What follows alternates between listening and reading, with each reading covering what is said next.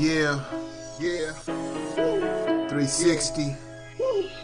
Yeah, I'm like round and round and round we go. And where we stop, I'm like nobody knows.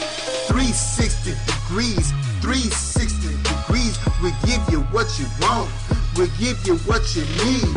360 degrees, 360 degrees. We tell the real truth, you know what I mean? This the breakdown, 360 degrees.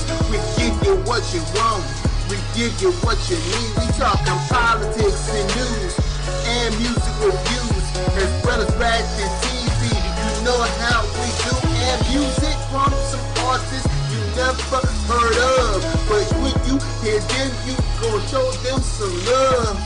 360 degrees, 360 degrees. We give you what you want, we give you what you need. Alright, this is a small popcorn break or go use the bathroom type break before we get into the 360 degrees breakdown featuring Mercer Prescott, Odie, Charles, Nation, and that Christopher Blue as Kazi Sose. Yeah, 360 degrees. Giving you what you need. You back. All right, 360 degrees, you know what I'm saying, breaking down what y'all need to understand, because we may not be getting the news in the best way we need to get it. We may not be getting the information in the best way we need to get it. You know what I'm saying? So we breaking it down and making it more palatable for you, giving you the news you need so that you can succeed. Today's date, August 5th, 2017. Boom. Unfortunately, it doesn't go to the podcast at that date. It goes the day after. But hey, you get the gist of it, saying the weekend of August 5th, 2017. We'll say that instead. Right. All right. Mercer, hit us with something, you know what I'm saying, while I try to get my stuff together. All right. Off the bat, I know people who've been following this whole Trump thing are probably breaking out the, I know Labor Day is in a few weeks, so we figure, we could have two parties, one for Labor Day and one for Trump's impeachment.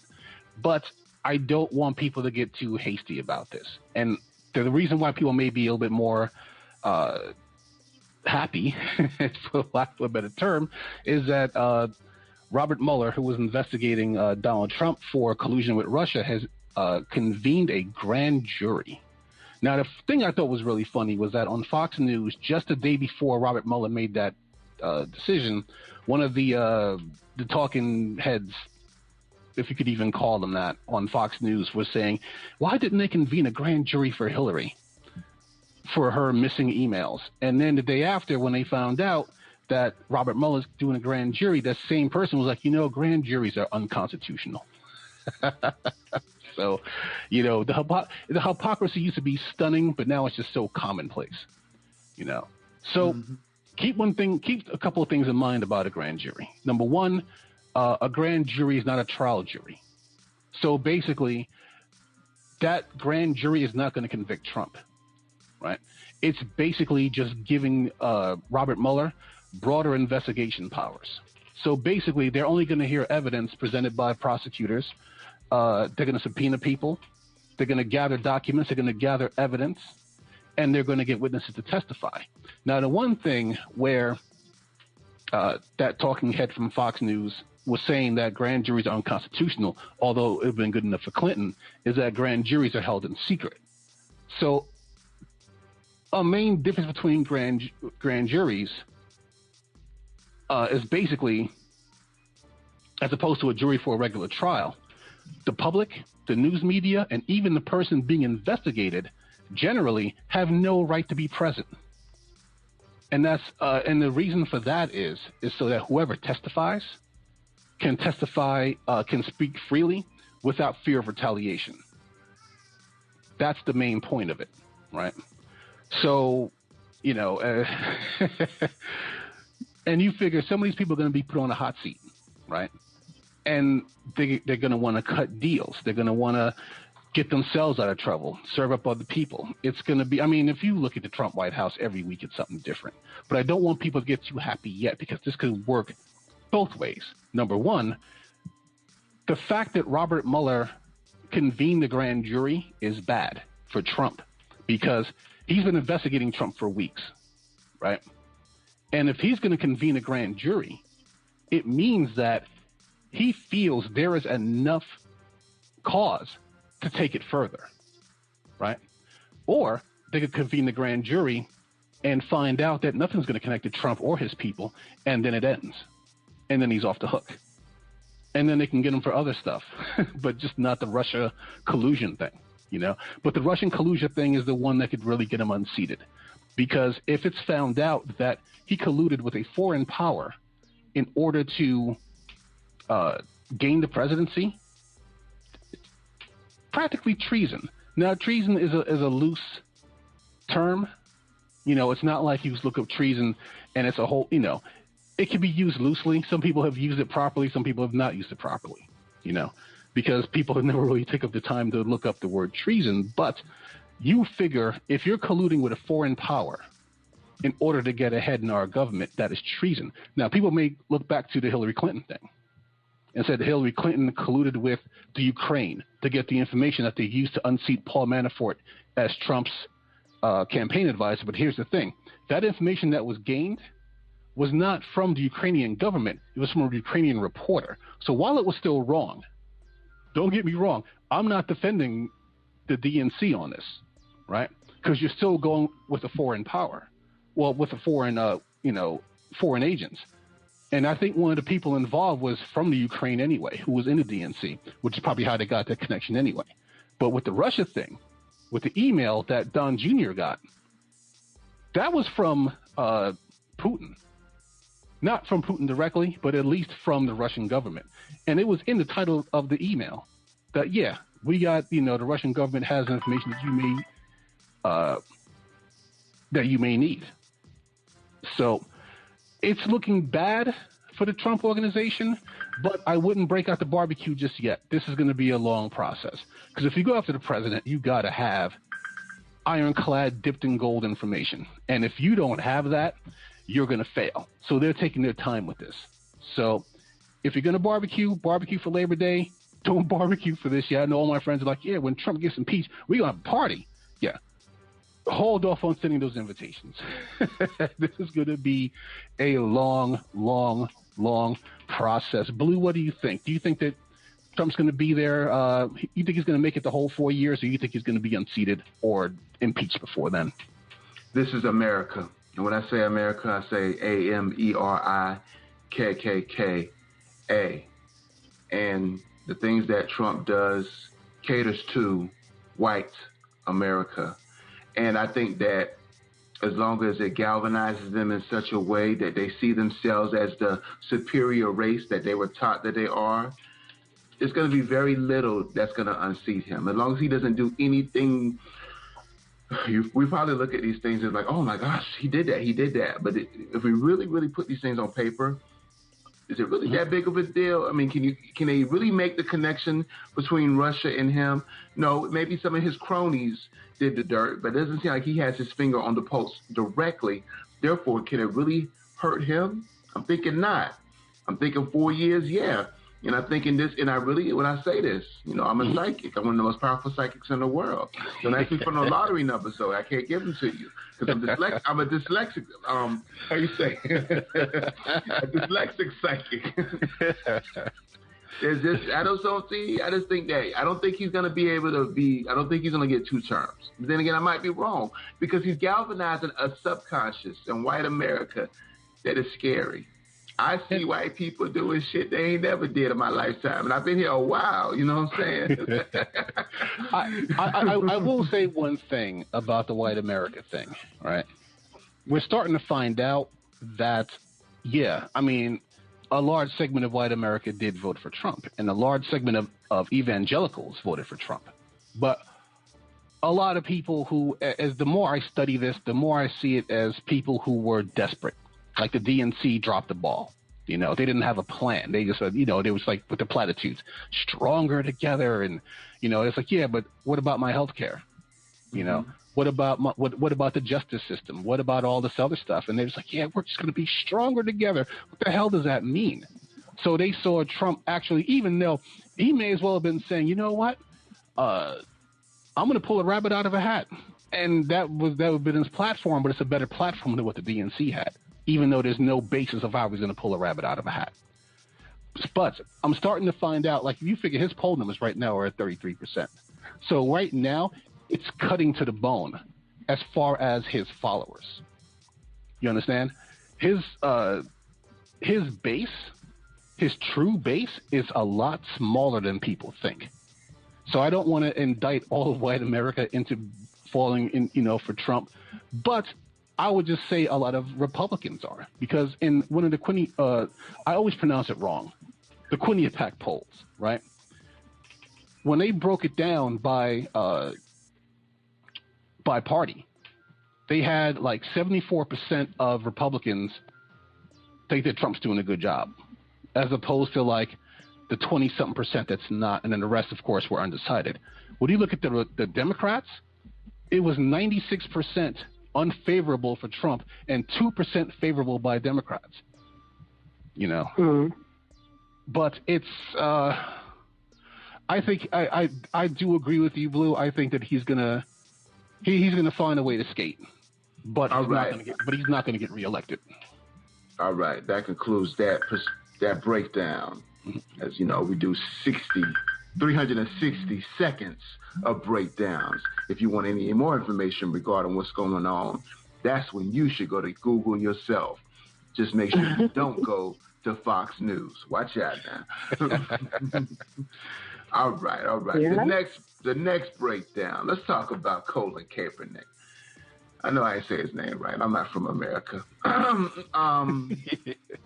And I don't think that's an American last name. That sounds very Polish. But anyways, that's neither here nor there. What is the NFL doing? If Colin Kaepernick was in the NBA, he would be one of the most coveted players ever.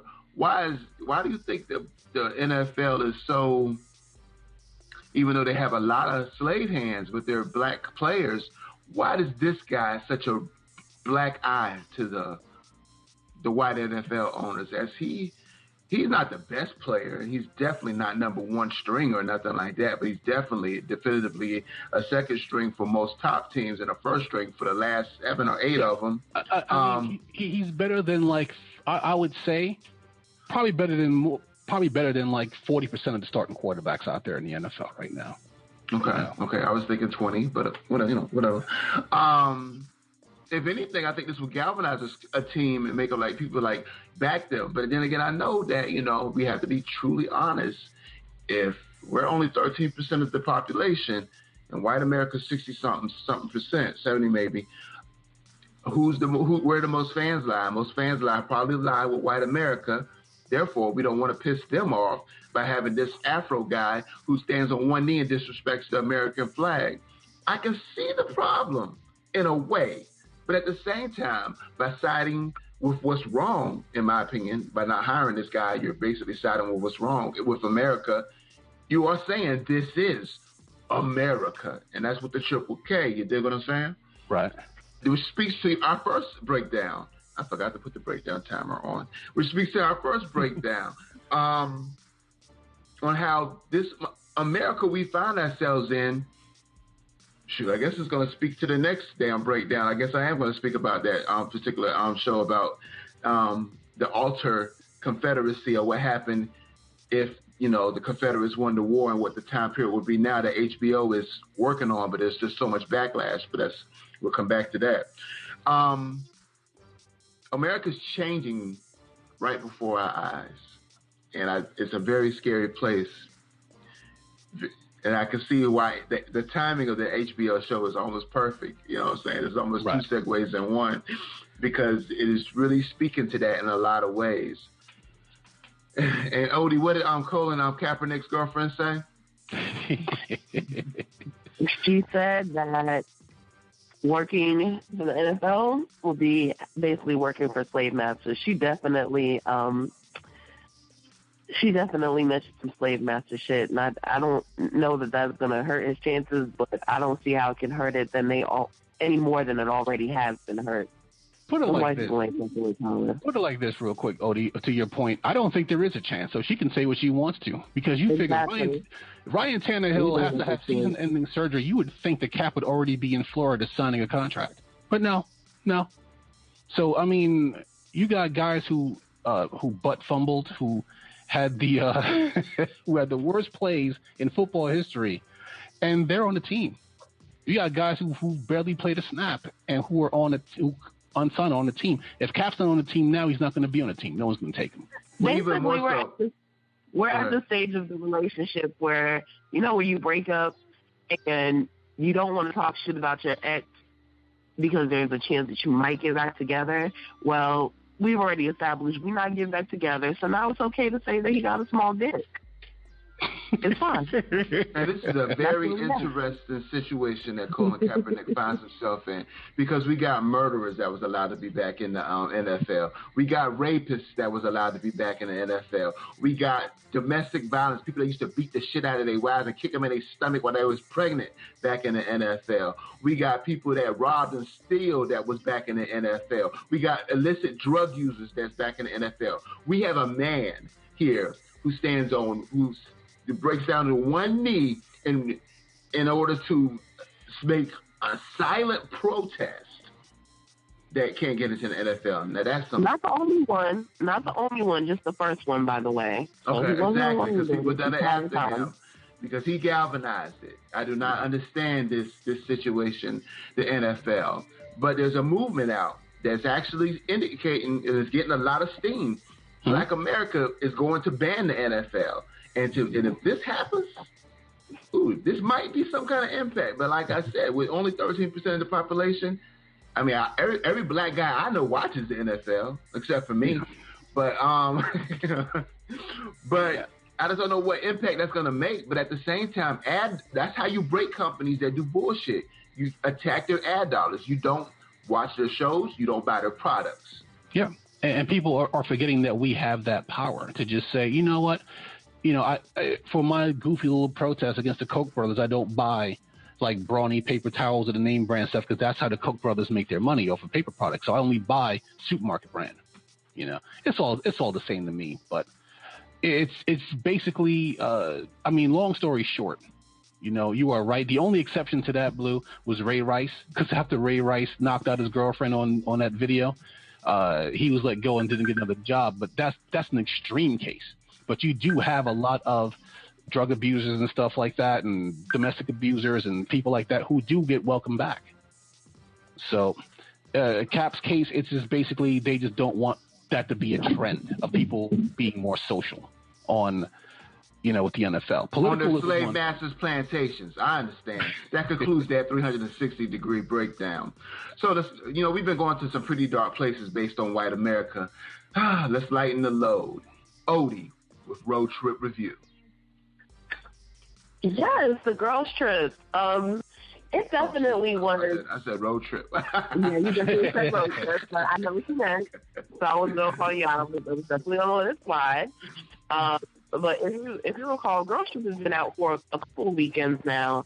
The first weekend, it definitely broke records as far as what they call a live-action comedy, which that phrase is so weird to me. But anyway, it made more than $30 million in the first weekend, and is the biggest live-action comedy to date. And I definitely won't do any spoilers, but I do want to start with how you have 4 women, and you always have that dynamic. I don't care what anybody says. The Golden Girls pop that shit off. You got your comedian, the kind of silly one. You got the mother, the one who's kind of in charge and oversees everybody and is a little nurturing. And then you have, you basically have like the sexy one, the one who's kind of like over-sexualized. And then you kind of have like the all-around intelligent one, the one who kind of has it all. So I love how they brought these 4 women together. These women in real life are probably apart in age to the way that they wouldn't have been in college at the same time. But Black don't crack, so it's okay that, Jada Pinkett's probably like 47 and Tiffany Haddish is in her 30s still. But we all pretend that they all went to college together because they all look good, so why not? And basically the name of their crew is the Flossy Posse. They have this reunion in New Orleans. Regina Hall, her main character, she's kind of like the main character. She's gone down there for work for the Essence Festival. And they have this reunion and decide to have the ultimate girls trip weekend. And it was dope. I would definitely see it again because there were parts that I was laughing so hard that I missed the next thing that they said, and people were laughing on that part already. So I would definitely say spend your money, support it, go see it, don't do the bootleg.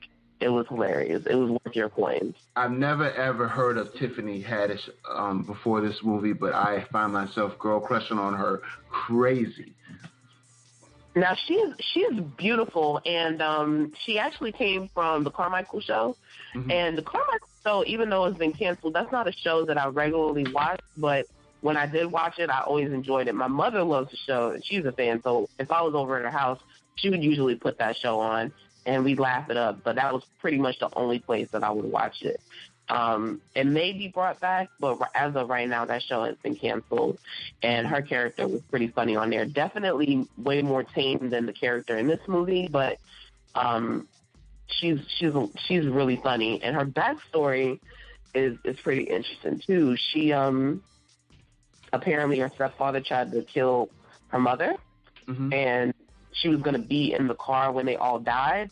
So she was going through kind of a down period, trying to figure out her purpose in life and trying to make the comedy thing happen. And he basically gave her this inspirational speech, the stepfather that actually tried to kill her mother. Gave her this speech well, you were supposed to be dead. So of course you're supposed to be here. It's your destiny to be here because you didn't die when I pulled the brakes on the car to kill your mother. She grew up. She definitely went to foster care for a little bit, and that shaped some of her life. So, I mean, she kind of fits the mold of comedians with kind of dark pasts that use comedy as a relief and do big things. And she's definitely growing up. And just a quick thing right now, Girls Trip has a gross of, what was it, $74 million so far. I think it's only been out for a couple of weeks. And it was on a $19 million budget. That's what I was going to say. How much should it cost? Now, as far as eye candy goes, the movie was definitely filled with eye candy. I had the biggest crush on Lorenz Tate when I was about 13 years old. And I remember seeing that movie, The Inkwell, and I just thought he was adorable. And I think by then, he was grown up already. He was definitely an adult. I like Lorenz Tate. I always wondered what happened to him. Yeah, he was in the movie. He was one of the love interests. Luke Cage is in it too, right? He's an asshole, though. In the movie. I didn't see him the same way. I was like, oh, hold on. This nigga, here he come again. I definitely, he was an asshole. Yeah, he was in there, though. And Kobe Sierra representing Ghana. He also plays Ralph Angel on Queen Sugar, which I also enjoy. I'm about a week behind on that show, but Kofi Sierra was definitely great to look at.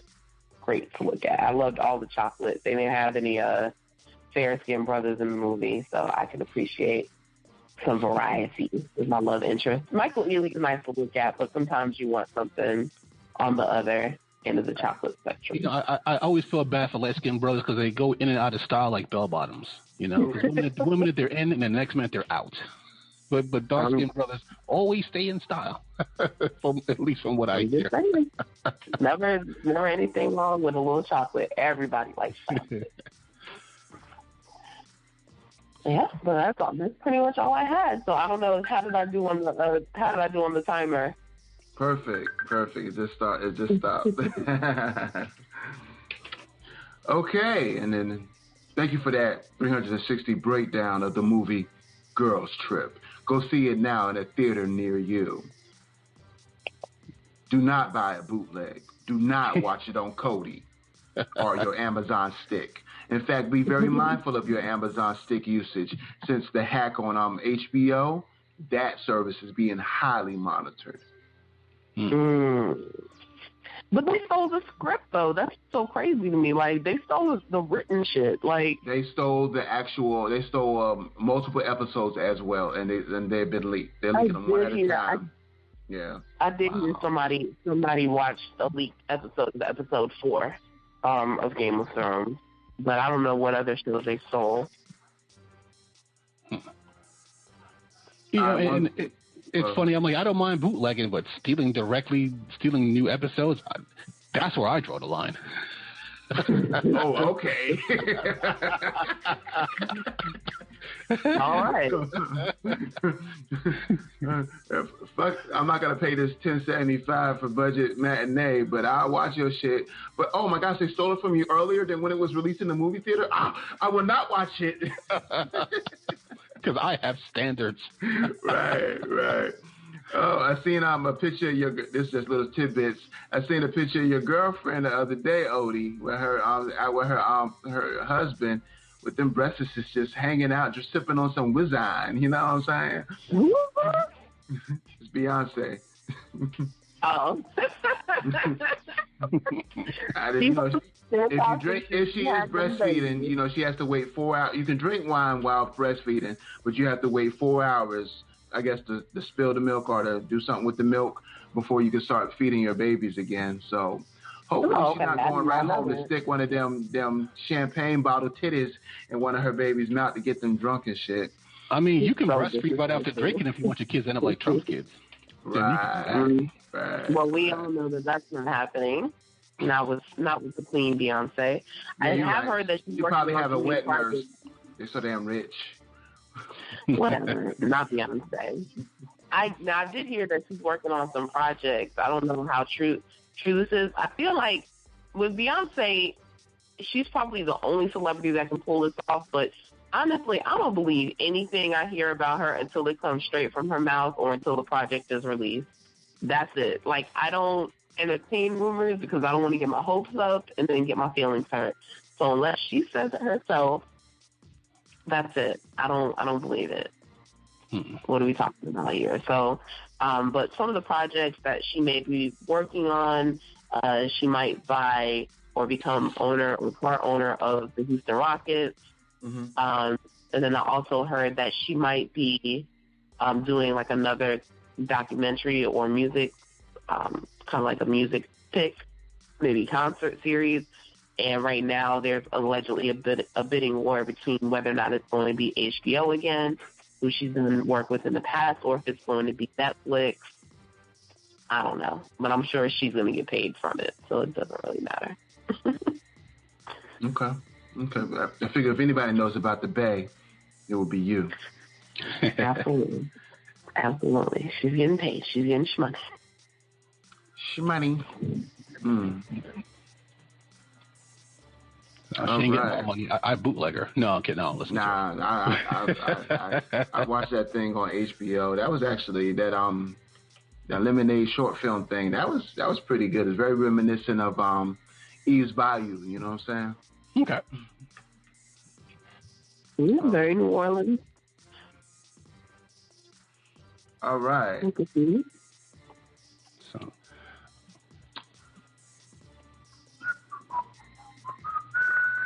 So I know Nation's been having issues getting on, so I guess it's back to me. All right, back to you.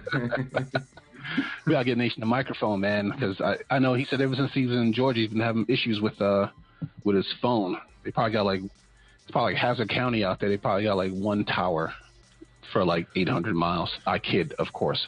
Well, the beautiful thing about it is that you don't actually have to use a phone to use a service if you have internet and you have either a smartphone or a PC. Boom, you just use it. Well, and that's the thing. I use my microphone with my PC because my phone's a piece of junk, so I don't like using my phone for this. When I had the Galaxy, yeah, that was a different matter. But anyway, you're not fancy no more. I understand. I'm not fancy no more. I got bills to pay.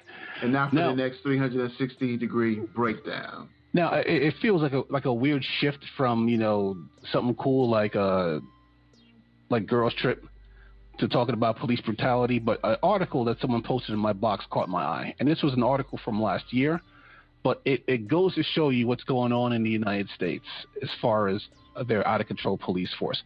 So I got this from freethoughtproject.com, who is actually really good about this sort of thing, right?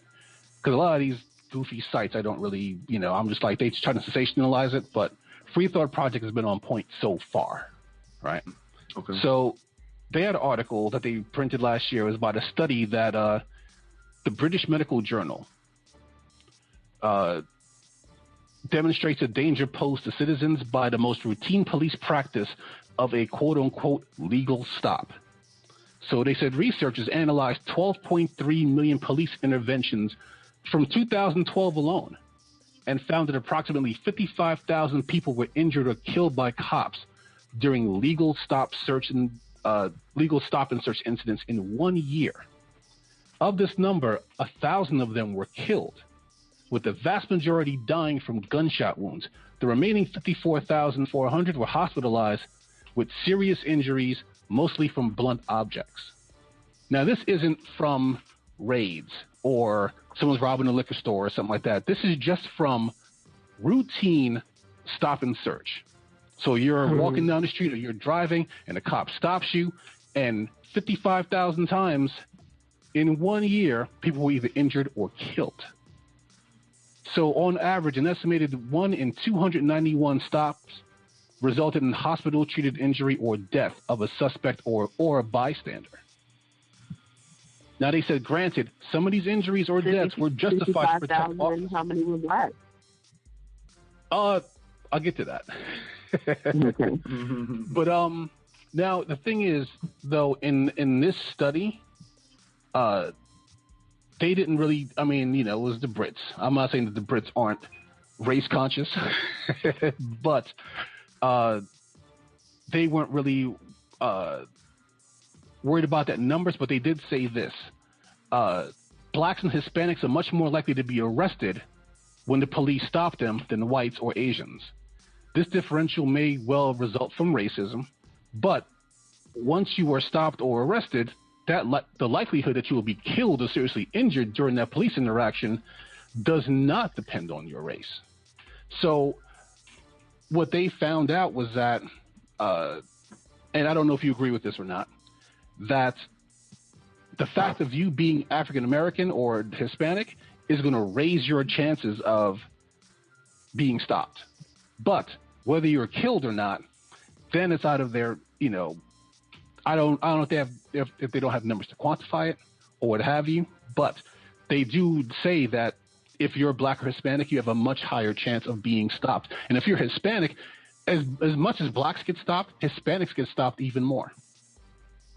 Go figure, So right, because they think they're the damn INS and shit. Yeah. Now, you figure it like this. I have a friend of mine. He's not black. And he was telling me that, unfortunately, when he has to teach his son about the world, he can skip the part about how to deal with the police because the police are just going to give him the benefit of the doubt just because of the color of his skin. And he doesn't like that. He doesn't like the fact that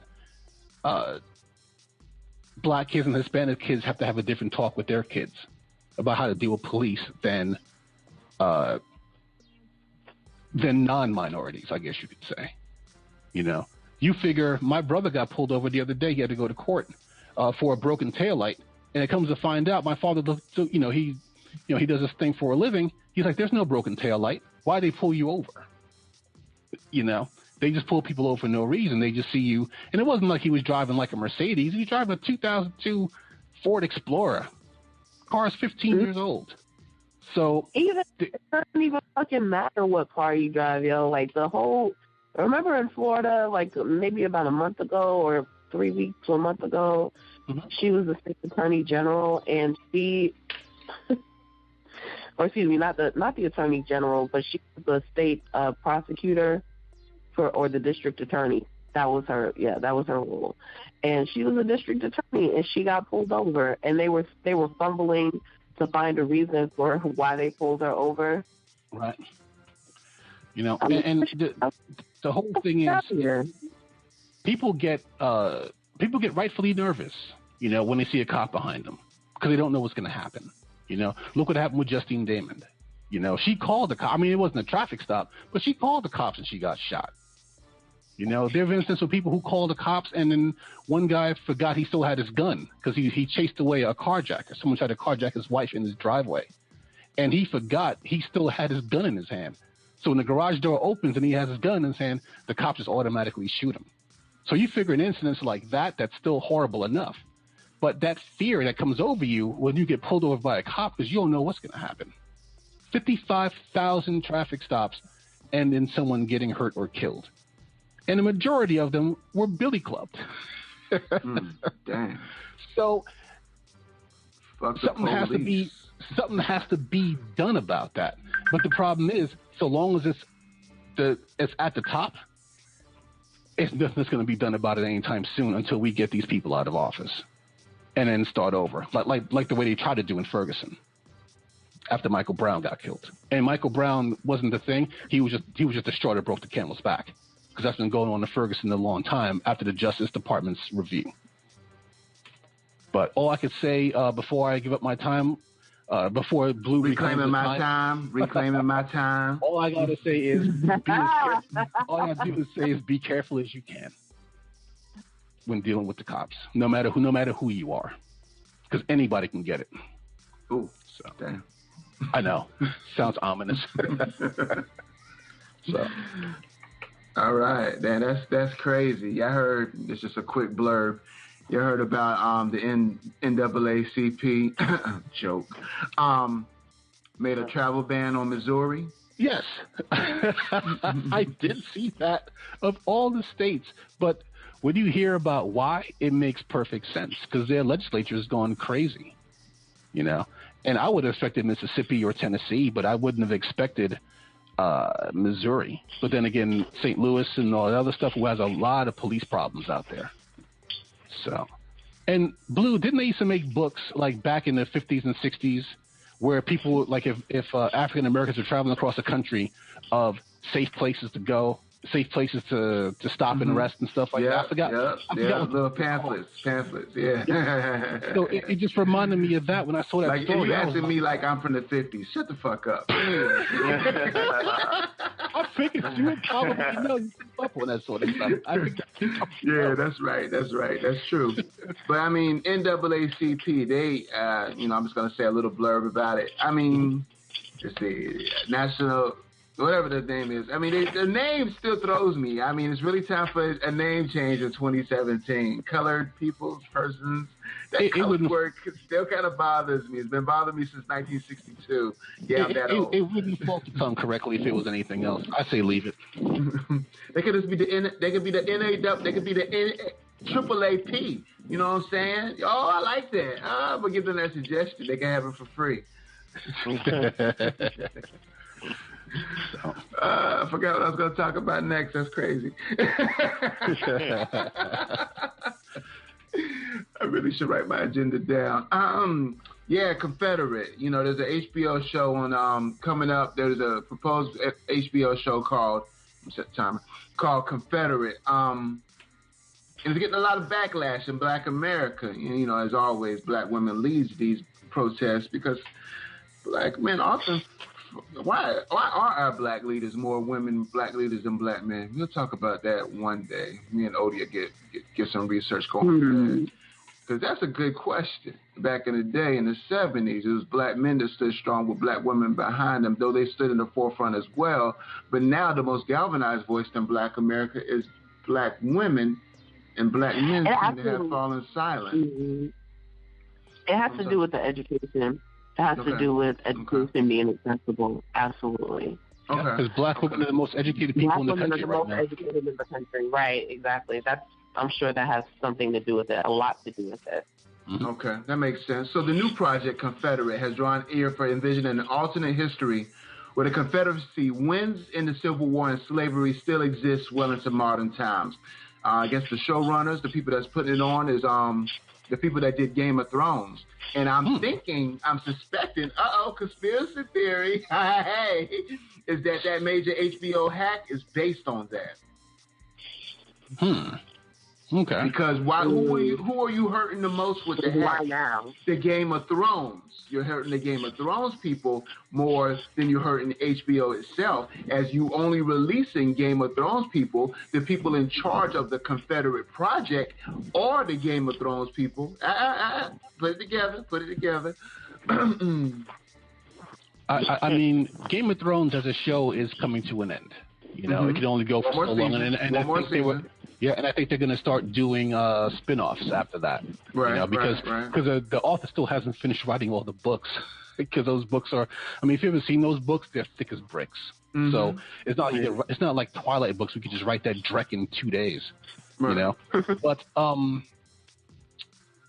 I know they had to go on to something else. And usually, when you have a project like Game of Thrones that's done so well, it gives you license to do something like, if those guys had pitched that show around the time of Game of Thrones, they would have been rejected probably. Right. But now they had that clout after Game of Thrones to do something like that, and I think it makes people uncomfortable, you know, and I think that's why it's getting a lot of backlash from both sides of the aisle. But it's an uncomfortable topic, but you know. You figure, who was his name? Hank Williams Jr. had a song called "What If the South Won."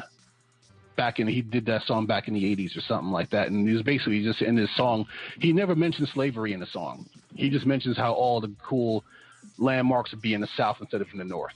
But he never mentioned slavery. Go figure. The whole reason why we were doing that. But back to you, Blue. I just think that it's a risky project.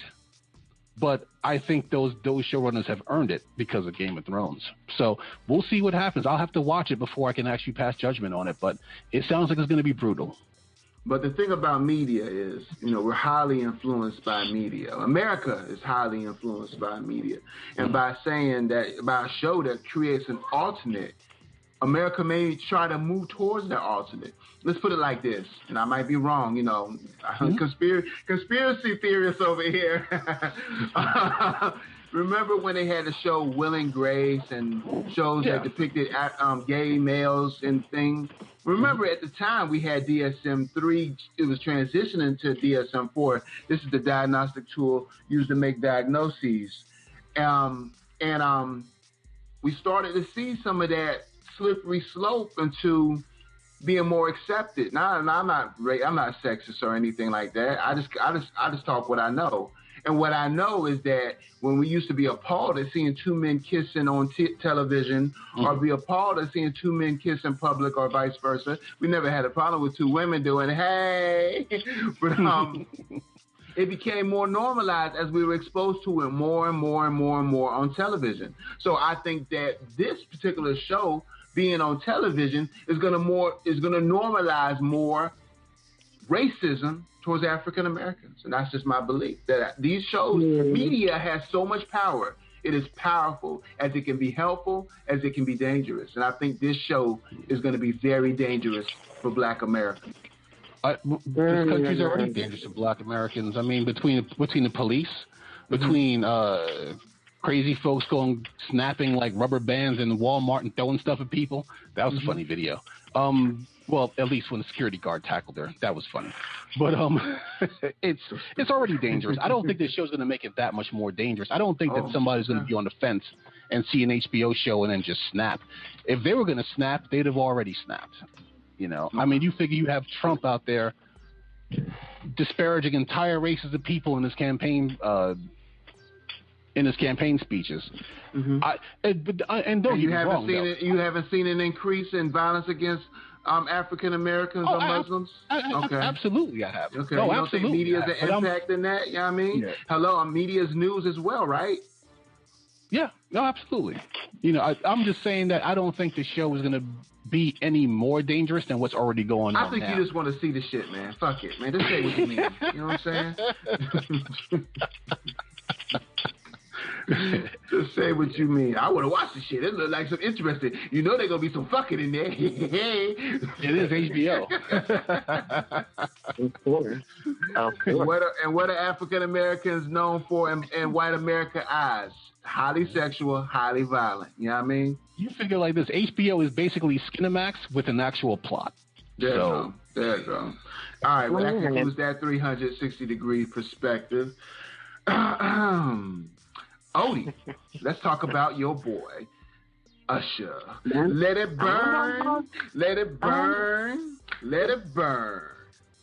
So honestly, I really like I do listen to music a little differently now, and I'm just like, is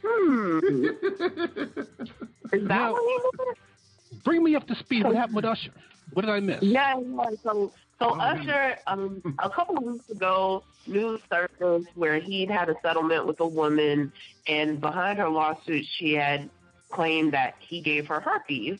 Now, Blue, you could definitely attest to what I'm sure, being in the mental health industry and just overall health period, kind of talk about what herpes is, but it's definitely one of the incurable ones. Right. To my knowledge, nobody has been known to die of herpes, so definitely correct any of my facts if I'm wrong. No one's been known to die of herpes, but it's not something you want to have. And basically, this woman was like, and not even just any woman, but this was actually a woman who was in Usher's wedding when he married Tamika Foster, and she was one of the bridesmaids. And apparently she fucked him, and she contracted the disease. He paid her $1 million to shut the fuck up, and the news came out anyway. But recently... Pause right there, because I'm about to forget something. Hold on. You know what? It may be a legitimate lawsuit, because if she was a prostitute, he's messing up her livelihood. All right, go ahead, Odie. To my knowledge, though, I like her claims, like she said that she had gone through depression, and she cited all these reasons, like, that he fucked her up mentally, and that she was depressed. Like, I guess when she realized she had it and it wasn't going anywhere, she became depressed. She was like, I guess money will make me feel better. So she sued him. How does she know she got it from him? Is that the only person she slept with without protection? Now, this is what's really gross. This is where the story gets super, super gross. She actually says that they had been having, I think initially they had used a condom, which, that doesn't always protect you, but initially they had used a condom. But then when they started having sex unprotected, she noticed a green ooze coming out the tip of his dick. I was so disgusted when I heard that. I'm like, bitch, you still fucked him anyway? Like, who does that? Who does that? He does have a hit album, so why not? Maybe that green ooze is just liquefied money. Who knows? Well, if it's green ooze, that's not. If it's green ooze, that's more associated with gonorrhea or something. That's not associated with herpes, is it? Maybe he doubled up. I don't know, but either way, she knew something was wrong with the dick, and you took it anyway. Okay, girl. Fine. She shouldn't have paid for that. I put it like this. I dated a woman who had herpes. Oh, no! But, we kind of went over the rules. It's like, all right, when she's having her, her outbreaks, of course, we usually don't have sex, and then always wear a condom. And, Did you ever perform cunnilingus on her? Yeah, but not when she's going through her thing. We planned it out carefully. One more question. Yeah. Did you use a dental dam? No. That was my question. No. Oh man, come on, Merc, we gotta talk. Okay, one more question. Was she Caucasian? No. She was African American? Yeah. That's that bullshit. She should have kept you. She had a good one. I would put it like this: when she told me that she had it, my question was, well, what does that mean for me? And then we just kind of went over everything, and then I was like, all right, cool. Oh my goodness. I just got to be, got to be more careful. But you made my dick invert. Oh my gosh. It's not. I'll put it like this. I mean, you gotta respect that though. She was honest with you. Y'all talked about it, communicated, and y'all made a plan, and it worked. As far as you know, you don't have the HPV virus. Although it would have came up by now. So no, I don't have it. Mm-hmm. I mean, there are people who go without having symptoms for years. But you might want to get that checked out, Merk. Go ahead and get it at your next primary care appointment. That's for a full STI screener. Yeah. Now, this is where Usher fucked up, though. Like, she asked him, and of course he lied. So he's like, oh, I'm Usher. Like, no, I don't have it. And so she just took the word for it. And I think that's kind of the basis of the lawsuit. Like, he knew he had it, and he lied about it. Pause. His wife doesn't indicate she has it. His ex-wife. His current wife does not indicate that she has it. Hello, help me understand. Now, wait a damn minute. Just because Grace said that she didn't have it doesn't mean that she does. Frankly, I wouldn't, if I were Usher, I would keep playing the cards that I've been playing, which is don't say shit. Now, what has happened this week, and this is the tea that I'm really trying to get to, is that 3 people have come forward to try to sue Usher over these herpes. Say that again because your mic kind of bubbled. Say it one more time. 3 more people have come forward to sue Usher over contracting herpes. Oh my gosh, 3 more people? One of which is a man. Now, I don't know if they had some type of orgy situation or if he was the boyfriend or one of the girls who fucked him. I hope that's the case. But one of which is a man. Because I don't know if Usher's gay, but he do got some gay ways. I mean, he lives in Atlanta. He's from Atlanta. Poor Atlanta. They just have that stigma. They have that stigma. I mean, it's accepted. Nobody I moved to Atlanta. I'm so sorry for your coochie. Sorry for your coochie. But Atlanta's a black America. Okay, it's HIV America too. But okay. But they said Baltimore got it worse. Not Baltimore. Washington area got it worse. I could believe that. It's funny because when I went to DC last month, I was like, I do use the Bumble app, and that changes your location like wherever you are, so you can meet people in your city. And I was like, I'm definitely staying the hell off Bumble. I'm not fucking no dudes in DC. I'm good. What's a Bumble? Good. What's a Bumble? It's a dating app. Yeah. Swipe left, swipe right. Bumble, Bumble? Mm-hmm. Yeah, like a bumblebee. And I actually just That's crazy. What? It's okay. Like I'm casually on there, but I'm not really like taking it seriously. I did happen to see someone I went to school with who's married currently on that app.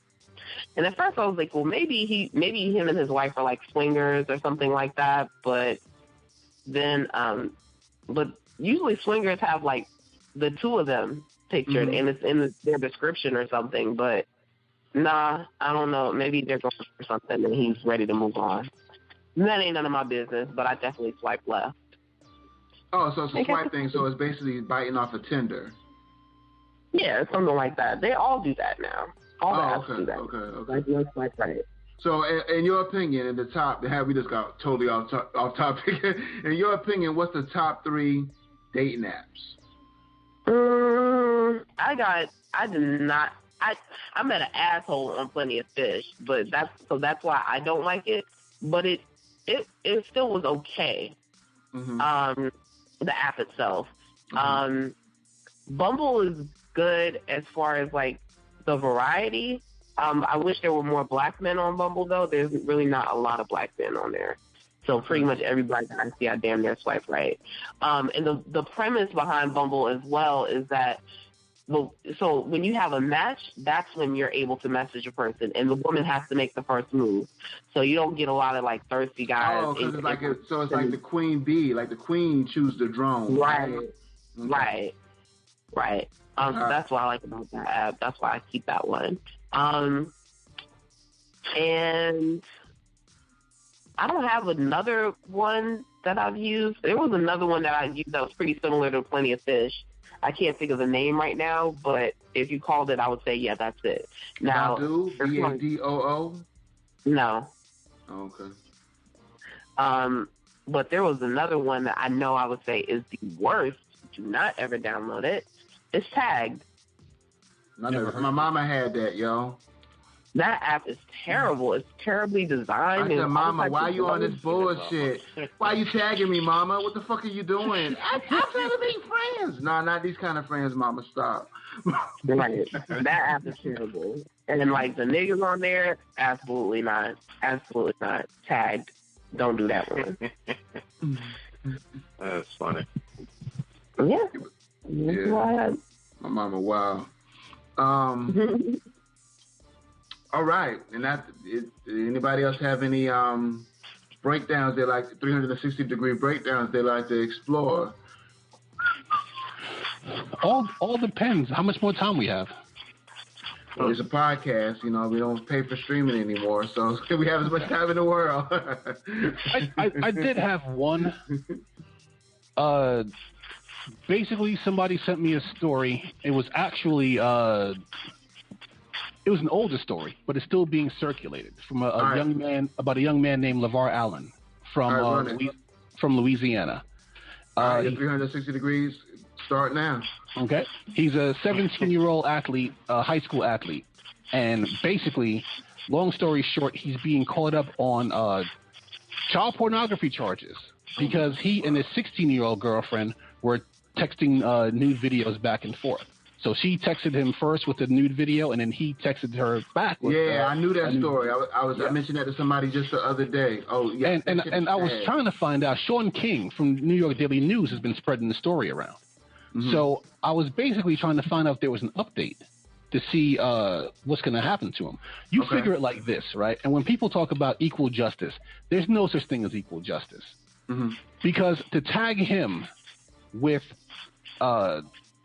child pornography is ridiculous. Because, number one, they're a year apart. They're in a relationship. They go to the same school. She sent him a video first. Now, if that child pornography thing sticks, that's going to be on his record for the rest of his life. He's going to basically be a sex offender. No offense, Merc. No offense, Merc. That's what he gets for fucking with them shit. I don't believe that. But I'm just saying. But I do feel that that's what is driving this horrible verdict. That's my thing, though. Because it's Louisiana. And I hate to be, I don't know what it's called to place racism by a certain place. Like if somebody said Louisiana, that's all you had to say. I used to live out in that area. Yeah, exactly. That's exactly what it is. I mean, if somebody said it happened in California, or if that happened in, I'd say Philadelphia or Ohio, I'd be a little bit more shocked.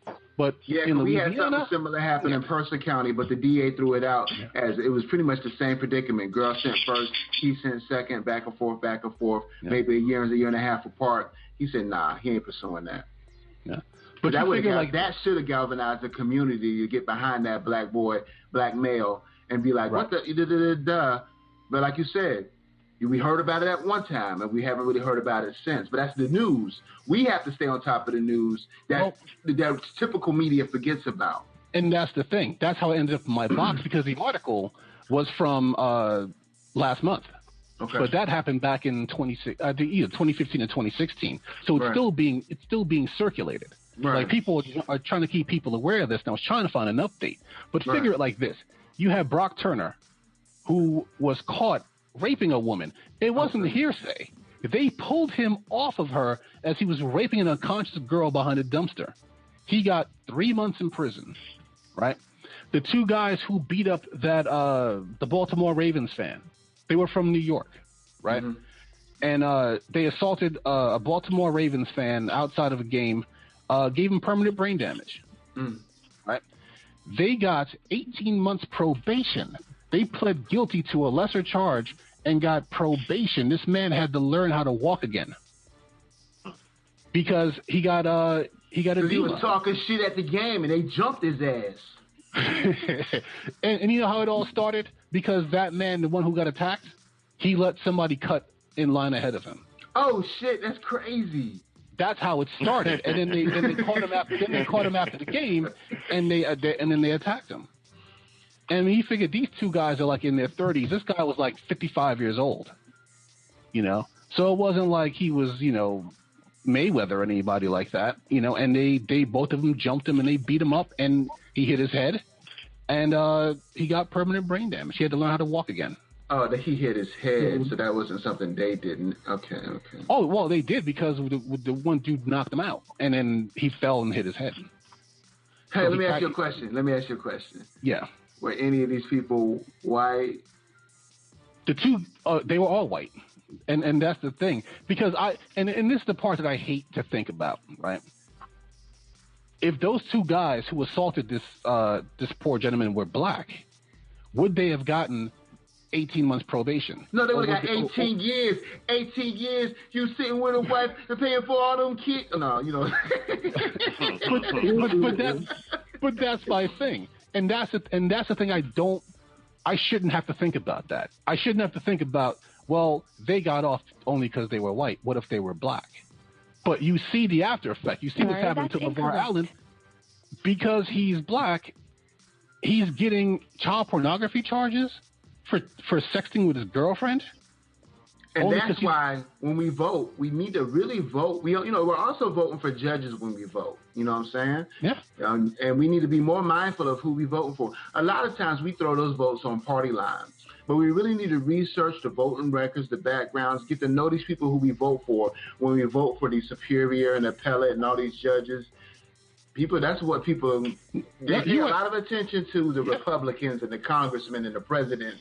I hear very little information regarding the treasurers and the this person and that person. You know, the lower rung people that we just throw a vote at, and then they be right. You know, they be dicking us over, for lack of a better word. I'm glad. I will say this, Blue. This past midterm, right, was the first time that I always voted for judges on party lines. Okay. But this midterm was the first time where I actually started Googling these judges to see what they were all about. And I'll tell you one thing. I know anybody who just listen to the show is going to be mad at me. If your page talks about Jesus, I'm not voting for you because it's because you figure all these Christian fundamentalists are the ones who got Trump elected.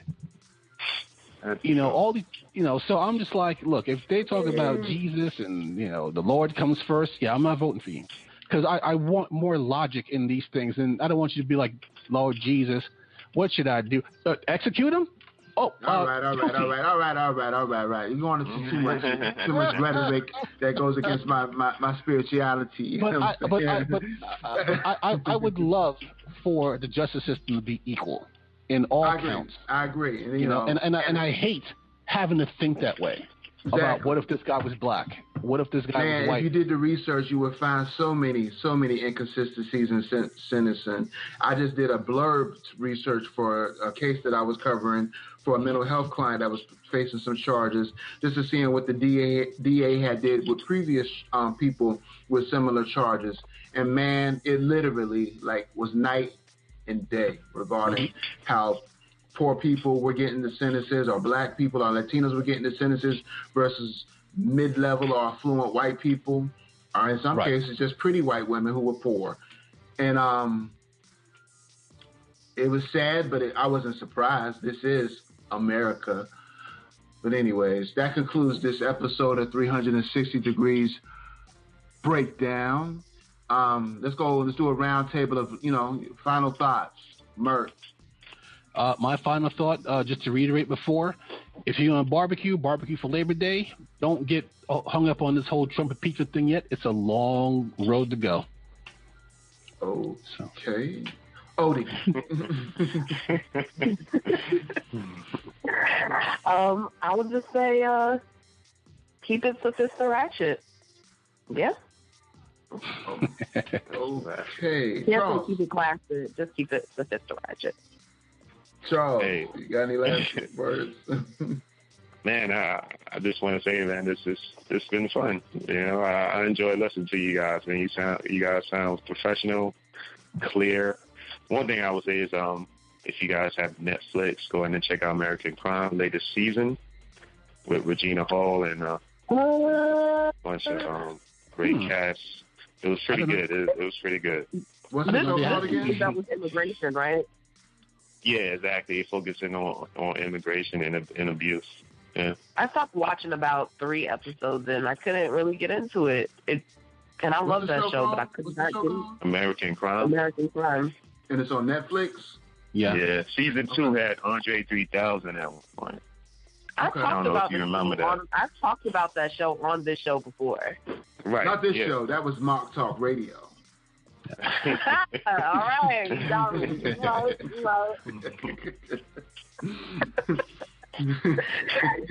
All right, my last final word is it's hot and it's about to get hotter. And I'm talking about the political climate that we find out in, the social injustice that's hitting us left and right like a 1-2 punch. I feel like Floyd Mayweather, I'm in a ring with Floyd Mayweather and I'm getting lit the fuck up like this McGregor dude's going to do in a couple weeks, you dig? I predict this fight won't last 1 round unless Mayweather decides to play with him. But McGregor isn't somebody you want to play with like that, you dig?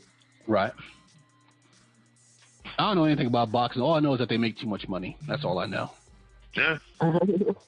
Everybody makes too I don't much understand money. is why all these patriotic motherfuckers ain't like putting their money behind Mayweather. How come they still putting it behind the Irish guy? Because Irish is America. You look, remember when they came in? They came in as poor on the boats in New York and was treated like shit. They called them wops left and right and was treated bad and got paid less and basically was slaves when they came to America. They are the white slave of America. Yeah. No. Let's be clear. Yeah. They are indentured servants, meaning they could pay their way out. No, we are the slaves. Eventually. Let's be clear. Oh, shit. I still remember those old signs. No Irish need apply. Like they didn't want to hire them. But you know, Odie makes a good point. They were able to buy their way out. We are only were able to buy our way out in a few cases compared to the millions that were not. Right. So that's valid. Good point. Thank you for bringing that up because you know I wasn't alive back then. I don't know. And that concludes this episode of The Breakdown. 360 degrees.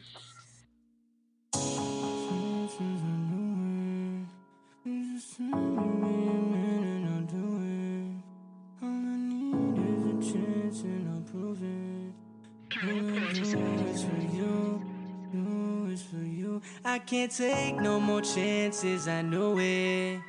Please just tell me, be your man and I do it. All I need is a chance and I'll prove it. All I do is for you.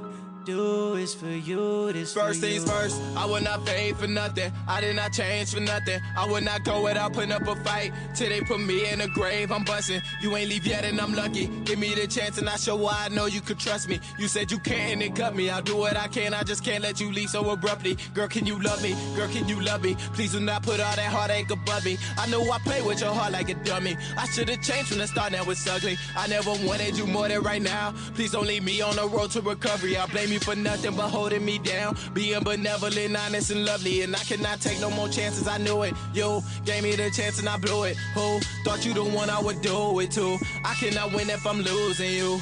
I knew that I shouldn't believe them. These devils and demons and heathens told me the fruit was for eating. Why did I eat it? Why did I eat it? Girl, you might eat it. So please do not tell me you leaving. I gotta wake up cause I must be dreaming. Lord, can you save me? I'm begging and pleading.